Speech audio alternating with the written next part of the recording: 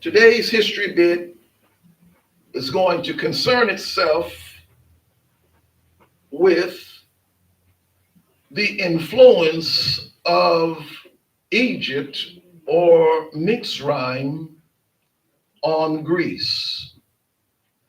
The influence of Mitzrayim or Egypt upon Greece.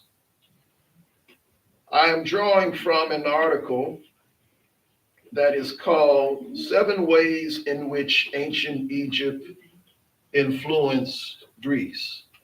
Now, I'm not going to read all of the 7 ways because that would be a bit lengthy, but I do want to touch on a number of these so as to provide information for us so that we might know that much of what is understood with reference to pagan religion, philosophy, societal structures, and things of that nature, we want to be able to understand and know that that which has been a part of the Greek culture came right from Egyptian culture. And the basis for that is because the culture of the Western world has its roots and foundation in the Greek and Roman civilization. So it's important that we understand the deeper roots of it. So I'll read. Ancient Greece is often regarded as the cradle of civilization. But did you know they got many of their most notorious ideas from ancient Egypt? We often think of ancient Egypt as the cradle of civilization, the place and time where many of the institutions and inventions that we have today were created. In this article, we will go further back in time in order to explore the many ways in which ancient Egypt influenced Greek art, religion, philosophy, mythology, and society in general. Number 1, religion. The similar cosmologies of Egypt and Greece. The Egyptian goddess Isis welcoming Io, the lover of Zeus, to Egypt. Roman fresco, which I don't have depicted. I don't have any images depicted, but this is just some information. To measure the extent to which ancient Egypt influenced Greece, we should start at the beginning.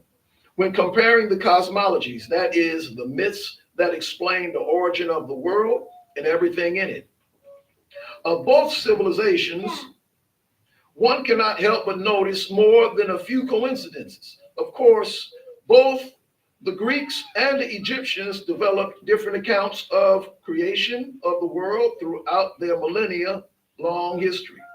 But the similarities are striking when you look at the main ones. To begin with, the primordial gods and goddesses, Gaia, Tartarus, and Eros, in Hesiod's Theogony and Autumn, according to Egypt's Hermopolitan cosmology, were all spontaneously born from chaos. The rest of the gods are the descendants of these early deities. This means that both the Egyptian and Greek gods are part of 2 big families. Furthermore, in both cosmologies, the first gods and goddesses represented forces of nature. Gaia is a manifestation of the earth. Tartarus is the abyss, and Erebus, the darkness. In Egypt, the primordial god, Autumn, spawned Shu, which is air, and Tefnut, moisture, who in turn became consorts and had two children of their own, Geb, which is the land, and Nut, the sky.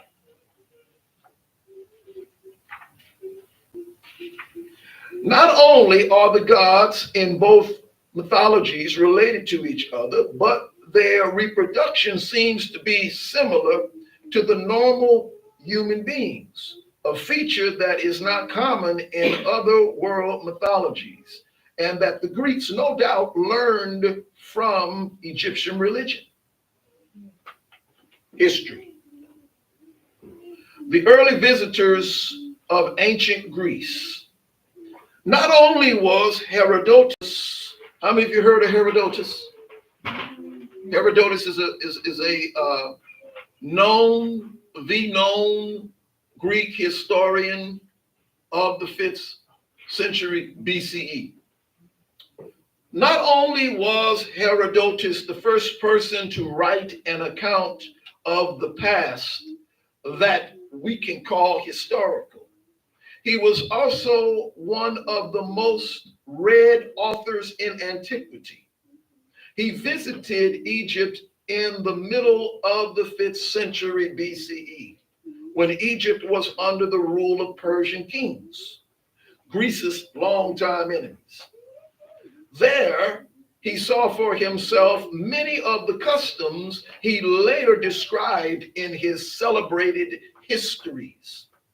But perhaps more importantly, he systematically met and interviewed every person he could who had any knowledge about the past. Back in Greece, readers were eager to know all about the exotic land of Egypt, which was already surrounded by an aura of mystery and wonder at the time. And what they learned was even more amazing than they could have imagined. From the descriptions of the rock-cut tombs and monuments and the enormous pyramids to the Egyptian people's strange worship of cats, to the fact that their gods were part animal, part human. Other writers would follow suit, and later on, Hecataeus of Abdera visited the land of the Nile, although his writings are now believed to be lost. As would Diodorus of Sicily, Plutarch, and the Romance writer Heliodorus, among others. Even the geography of Strabo owes much of its wisdom to the geographer's visit to Egypt. 3, philosophy. The mysteries of Orpheus and Isis. For the ancient Greeks, it was common knowledge that Egypt was the fount of all wisdom. Maybe I need to read that again for those of you who didn't hear it. For the ancient Greeks, it was common knowledge that Egypt was the fount of all wisdom. That's the place where you go if you want to learn about Sophia. That's the Greek term for wisdom. That's one of the terms in the word philosophy, philosophy. Egypt was the fount of all wisdom, and that such wisdom was quite ancient even then. It is no wonder that the popular myth told of the many philosophers' formative travels to Egypt, even though most of them could not be confirmed historically. The great Athenian statesman Solon was said by Herodotus to have visited Egypt at the time when Amasis II was pharaoh. Plato probably set foot in the land of the Nile around 393 BCE. And this is made evident in his dialogues, in which he claims that Egyptian tradition went back as far as 9,000 years. Plato also describes in his Phaedrus how writing was invented by the Egyptian god Thoth. The scientists Thales and Pythagoras. How many of you ever heard of Pythagoras? Mm-hmm. That's where you get the Pythagorean theorem. How many of you have taken geometry? How many of you are familiar with the Pythagorean theorem? You know that triangle? You know? Yeah. A squared plus B squared equals C squared, right? Okay. This guy Pythagoras was the one who supposedly came up with that. I'll keep reading. The scientists Thales and Pythagoras were said to derive most of their knowledge from their studies in Egypt and from Plutarch. We would not have the famous Pythagorean theorem were it not for the influence of the pyramids of Giza.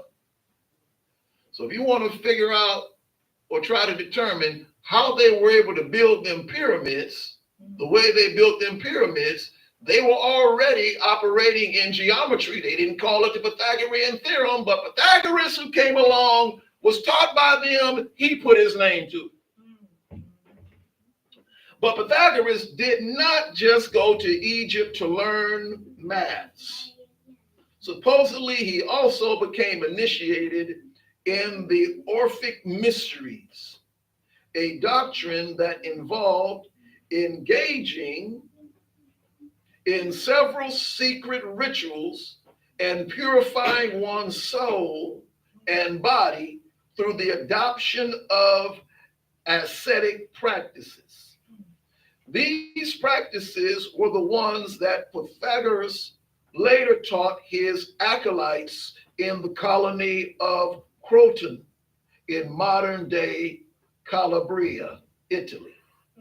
More popular among Greeks was the mysteries of Isis, or Isis would be the more correct term to pronounce the name, which became popular after the conquest of Alexander the Great. Isis was one of the main goddesses throughout Egyptian history and continued to be so in the Greco-Roman period. Number 4, this is the last portion I'm going to read from. The calendar, keeping time in the past. The ancient Egyptians developed a system of keeping track of the days that was revolutionary at the time.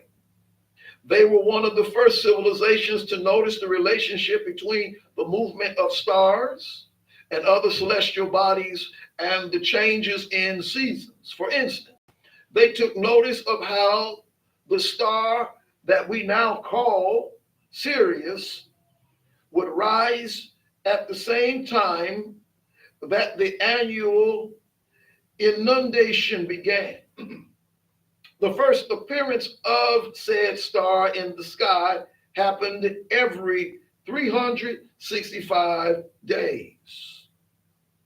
Eventually, 5,000 years before our day, they had already engineered a system that comprised 12 lunar months of 30 days with 5 festive days at the end of the year. Each month was divided into 3 decans or 10-day weeks. Now, this is interesting. Most of us in our thinking, when we think of the term week, and I don't like to necessarily use the term week, I'd like to probably use the term cycle. I think that would probably be a better term to use because the term week is associated with the term 7. But anyway, these cycles that comprise the same number of days within a month over here in Egypt in the ancient time, they had what we call a 10-day week. Rather interesting. We will speak more about these decans later on in this article when we discuss astrology. Early Greek calendars were essentially the same as the Egyptian calendar. Early Greek calendars were essentially the same as the Egyptian calendar.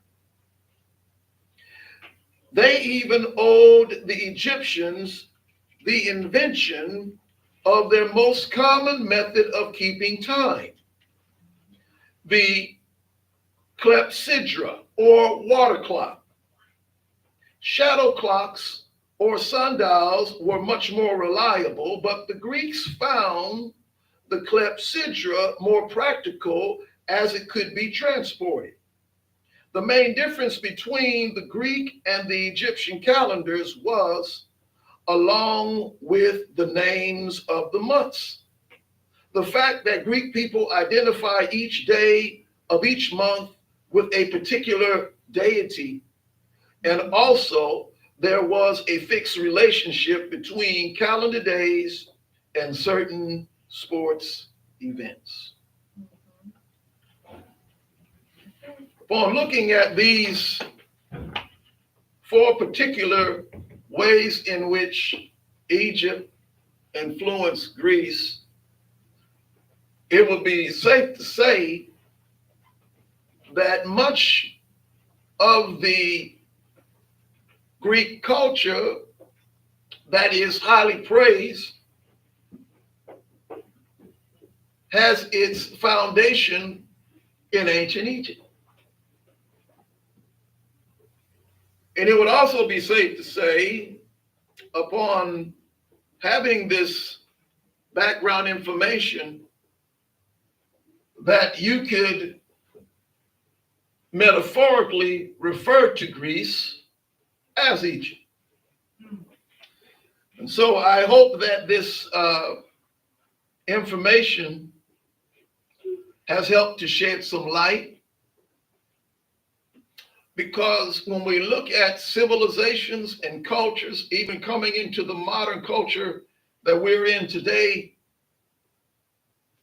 here in the Western world, many are probably aware of the fact that much of the thinking, the way of seeing life, has its roots going all the way back to Egyptian culture, which had its influence on Greek culture, which has been the foundation of Western culture in the world in which we live.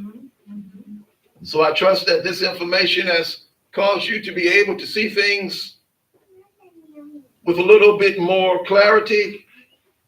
I believe that as we see things from that perspective, that it may help us to understand the word of Elohim when the Most High speaks prophetically concerning Egypt.